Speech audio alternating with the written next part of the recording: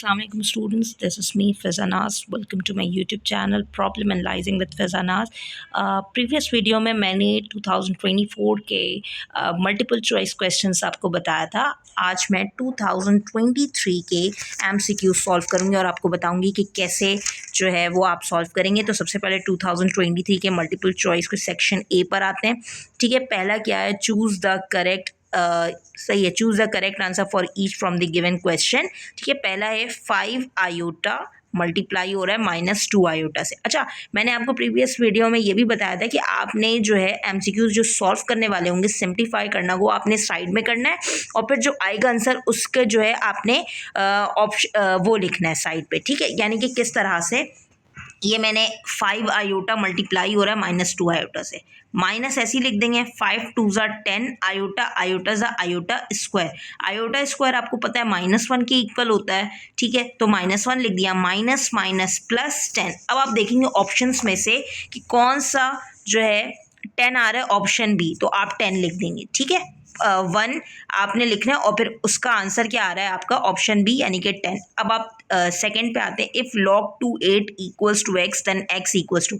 अब ये देखेंगे कि ये जो MCQs है इसी तरह से ये 2024 में भी आया था. ठीक है, तो इसको कैसे सॉल्व करेंगे, आपने लॉग लोगैरिथमिक फॉर्म पता है आपको, log ay equals to x होता है. आपने ये जो आपको गिवन है इससे आपने कंपेयर करवाना है. जब कंपेयर करेंगे तो आपको पता चल गया a की वैल्यू 2 है और y की वैल्यू 8 है. इसी तरह एक्सपोनेंशियल फॉर्म क्या होती है, a की power x equals to y. a क्या है आपके पास 2, 2 की पावर x इक्वल्स टू 8. 8 को आप लिख सकते हैं 2 की पावर 3, 2 से 2 कैंसिल हो गया, x की वैल्यू आ गई 3. अब आप देखें 8 आ रहा है नहीं 3 आ रहा है. सही है, तो 3 देखें, ऑप्शन डी है आपका. सही है, तो आपने ये लिख देना है. MCQ नंबर 3 क्या है, the scientific notation of 0.05076 is. ये वाला MCQs भी आई थिंक लास्ट ईयर में आया था. देख लेते हैं, ये आया था कैरेक्टरिस्टिक्स ऑफ लॉग. ये देखें इस टाइप के क्वेश्चन, और ये देखें log 4x equals to 3/2.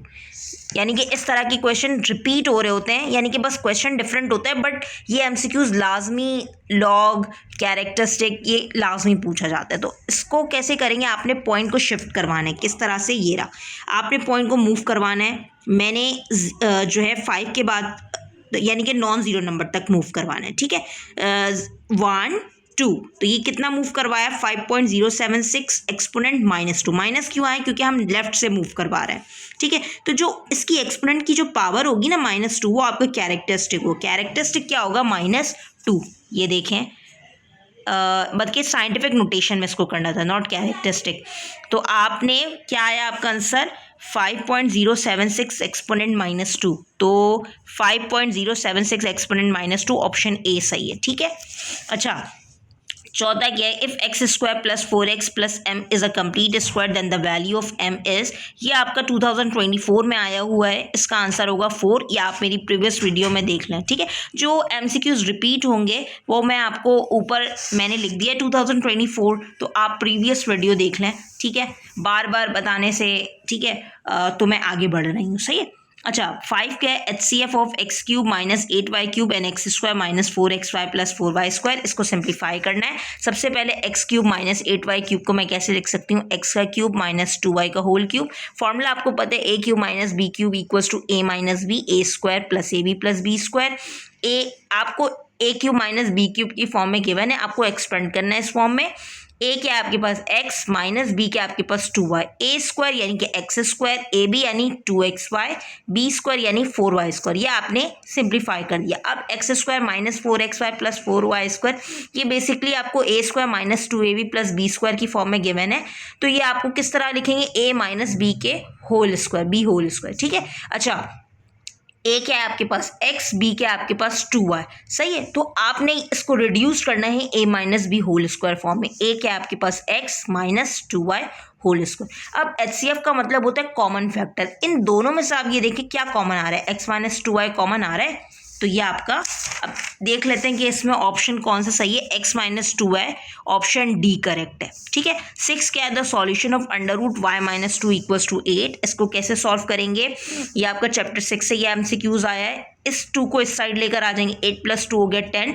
y निकालने के लिए आपको स्क्वायरिंग करनी होगी, taking squaring on both side. तो y = 10 का स्क्वायर क्या हो गया 100, तो सॉल्यूशन साइड आपका आ गया 100। अब आप MCQs देखें, ये रहा 100। अच्छा, अब MCQs नंबर 7 क्या है, the point -3 -4 is located in.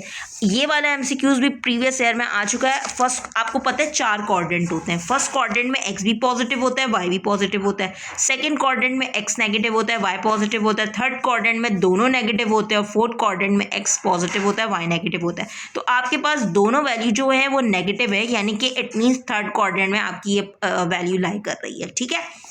अच्छा, अब 8 MCQs पे आते हैं। 8 MCQs आपका क्या है, degree of quadratic equation S. तो आपको ये पता होना चाहिए कि डिग्री क्वाड्रेटिक इक्वेशन की डिग्री क्या होती है 2, क्योंकि ये देखिए ax² स्टैंडर्ड फॉर्म आपके पास क्या है, ax² + bx + c = 0। ठीक है। तो आपको ये भी पता होना चाहिए कि क्वाड्रेटिक इक्वेशन के रूट्स कितने होते हैं। तो क्वाड्रेटिक इक्वेशन के रूट्स 2 होते हैं। ठीक है, यानी कि 2 वैल्यूज निकलती हैं x या x की। ठीक है।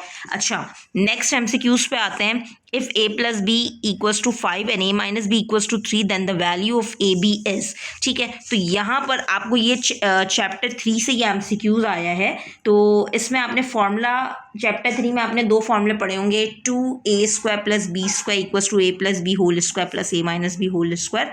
और दूसरा फॉर्मूला था 4ab = a + b whole square - a - b whole square. आपको यहाँ पर ab की वैल्यू फाइंड करनी थी, a + b की वैल्यू थी 5, a - b की वैल्यू थी 3। 5 का स्क्वायर हो गया 25 - 9 is 16, डिवाइड बाय 4 कर देंगे, 4 × 1 = 4, 4 × 4 = 16। तो AB की वैल्यू पता चल गई। सही है। अगर आपसे ये पूछा जाए कि आप a² + b² की वैल्यू फाइंड करें, तो आप जो अभी मैंने इससे पहले जो फॉर्मूला बताया था वो आप यूज़ करके निकाल सकते हैं। ठीक है। MCQs कुछ भी पूछ सकते हैं आप। ठीक है, सही है।